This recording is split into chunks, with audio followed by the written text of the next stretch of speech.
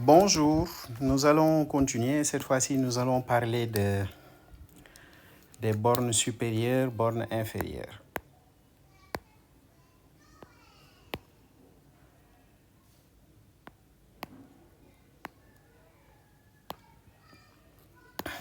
Bon, nous allons rappeler R, la droite numérique achevée qui est là, que nous connaissons tous très bien. Et maintenant, ici, ce qu'on va faire, c'est qu'en général, on va se donner une partie de R. Ça peut être un intervalle, ça peut ne pas être un intervalle. Bon, je vais commencer par dire qu'on a deux possibilités. Il faut voir que soit l'infini, bon, je ne vais pas écrire comme ça, on va dire E va jusqu'à l'infini.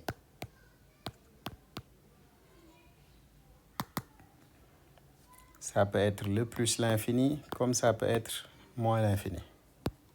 Ou bien on a un autre cas où E s'arrête.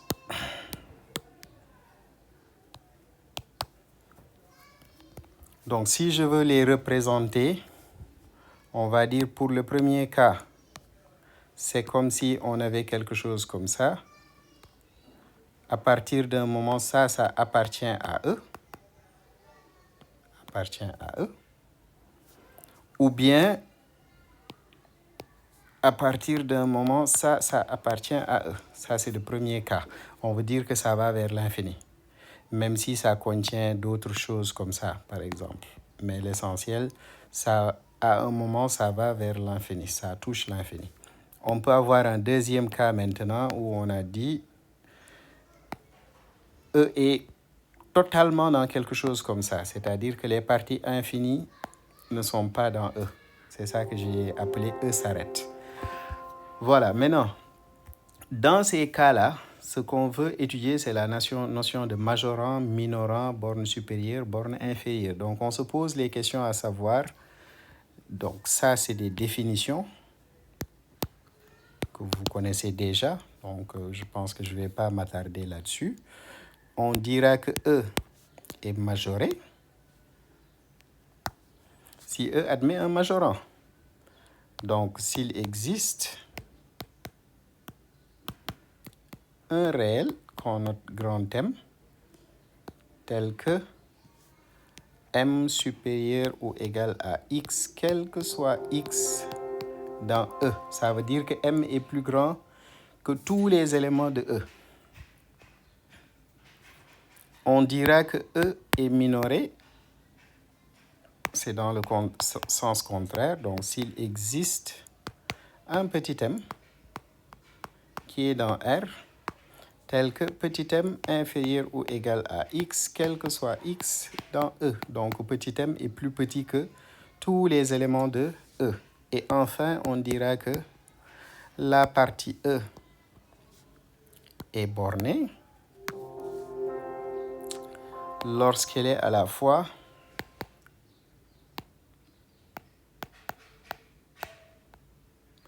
majorée et minorée. Bon, si on revient à nos cas de tout à l'heure, par exemple, donc je prends un exemple qui respecte le deuxième cas. Je fais par exemple moins 10 jusqu'à 5, union le singleton 9. Donc ça, c'est un E qui est complètement, qui ne touche pas les parties infinies. Donc cet ensemble-là, trouver un majorant revient à trouver quoi? Prendre quelqu'un qui est plus grand que tous les éléments de E. Et on voit que l'élément la plus grande valeur qui est dans E, c'est 9. Donc, je peux dire que 10 est un majorant de E. Car ici, quel que soit x dans E, x est inférieur ou égal à 10. Donc E est majoré. De même, la plus petite valeur, c'est moins 10. Donc je peux prendre par exemple moins 15 et dire que moins 15 est un minorant de E. Parce que quel que soit x dans E, x est supérieur ou égal à moins 15. Donc E est minoré. Et ces deux-là, donc I et 2I, me permettent de dire que E est borné. Bon, je vais rester sur l'exemple et on va essayer de voir un peu plus. Donc, la plus petite valeur, on a dit que c'est moins 10. Bon, moins 10 n'est même pas inclus. Donc, on peut voir que tout ça, c'est des minorants. Et de même, on peut voir qu'à partir de 9, tous ceux qui sont là aussi, ce sont des majorants. Donc là, on a les majorants. Et là, on a les minorants. Attention, ceux qui sont là ne font pas partie de eux, mais ce ne sont ni des majorants ni des minorants. Pourquoi? Parce que si on prend quelqu'un ici, il y a quelqu'un qui lui est plus grand, c'est 9. Il y a quelqu'un qui lui est plus petit, c'est 5. Parce qu'il y a quelqu'un qui lui est plus grand, ce n'est pas un majorant. Parce qu'il y a quelqu'un qui lui est plus petit, ce n'est pas un minorant. Donc pour être un majorant, il faut être complètement supérieur à tout le monde ou égal. Et pour être un minorant, il faut être inférieur ou égal à tout le monde. Et donc, qu'est-ce qu'on remarque? Dans le cas 2 ici, il y a une infinité de minorants, il y a une infinité de majorants. Et l'ensemble des minorants ici, ce sera de moins l'infini jusqu'à moins 10. Et on peut remarquer que moins 10 est aussi un minorant. Et l'ensemble des majorants, ce sera à partir de 9 jusqu'à plus l'infini. Ben, la notion de borne supérieure, borne inférieure. Borne supérieure, c'est pour faire allusion au plus petit des majorants. Donc la borne supérieure, ce sera ça, le plus petit des majorants. Et la borne inférieure, c'est ça qui est le plus grand des minorants. Donc par définition, borne sup, que l'on note sup de E, c'est pour dire le plus petit des majorants de E. Et la borne inf, pour que l'on note inf de E, c'est le plus grand des minorants de E. Donc, si on en revient à notre exemple de tout à l'heure, où l'ensemble faisait moins 10 jusqu'à 5, union le singleton 9, on voit que l'ensemble des majorants, c'est à partir de 9 jusqu'à plus l'infini.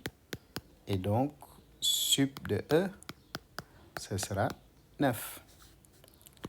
Et l'ensemble des minorants, c'est de moins l'infini jusqu'à moins 10.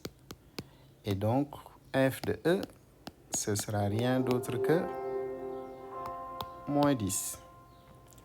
Maintenant, prenons un exemple qui respecte le 1. Donc, notre exemple ici, on a par exemple moins 5, 0, union 10 jusqu'à plus l'infini. Donc, pour nous, E ici, c'est moins 5 jusqu'à 0 avec 10 jusqu'à plus l'infini. Bon, le 10 est fermé ici. Donc, on peut remarquer qu'on a des minorants. Ceux-là, ils sont plus petits que tout le monde. Donc, l'ensemble des minorants, c'est de moins l'infini jusqu'à moins 5. Et c'est fermé encore. Et de là, on peut déduire donc que le inf de E, Ce sera le plus grand, c'est moins 5.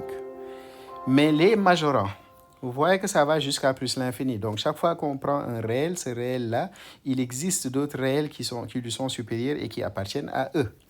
Donc, l'ensemble des majorants ici n'existe pas. Il n'y a pas de majorant. Et donc, on ne peut pas parler du plus petit des majorants. Donc, la borne inf n'existe pas. La borne sup n'existe pas. Qu'est-ce que ça veut dire? Ça veut dire que parfois, on a l'existence de la borne supérieure, comme on peut ne pas l'avoir. On peut avoir l'existence de la borne inférieure, comme ne pas l'avoir aussi. On peut avoir des majorants, comme ne pas avoir de majorants. Voilà. Maintenant, on va faire une remarque qui est très utile quand on traite les exercices. On se donne toujours E, une partie de R. Si M est un majorant,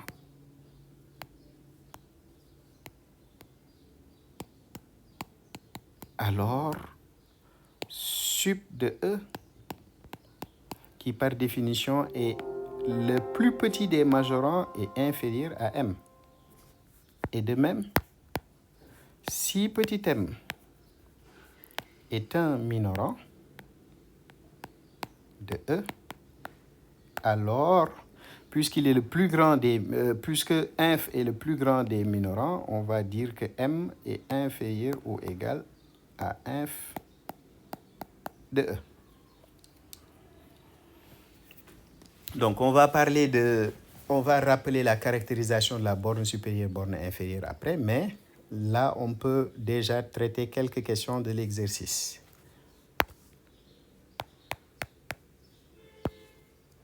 Donc, si on prend le premier, qu'est-ce qu'on nous dit? On nous dit A est inférieur à B implique sup de A inférieur ou égal à sup de B.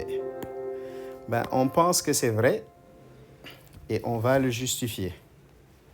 Donc, qu'est-ce qu'on fait?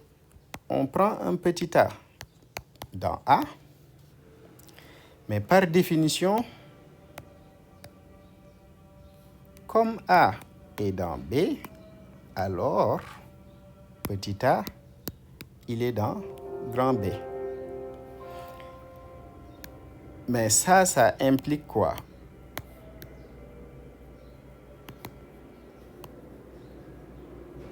Petit a est inférieur ou égal à sup de B.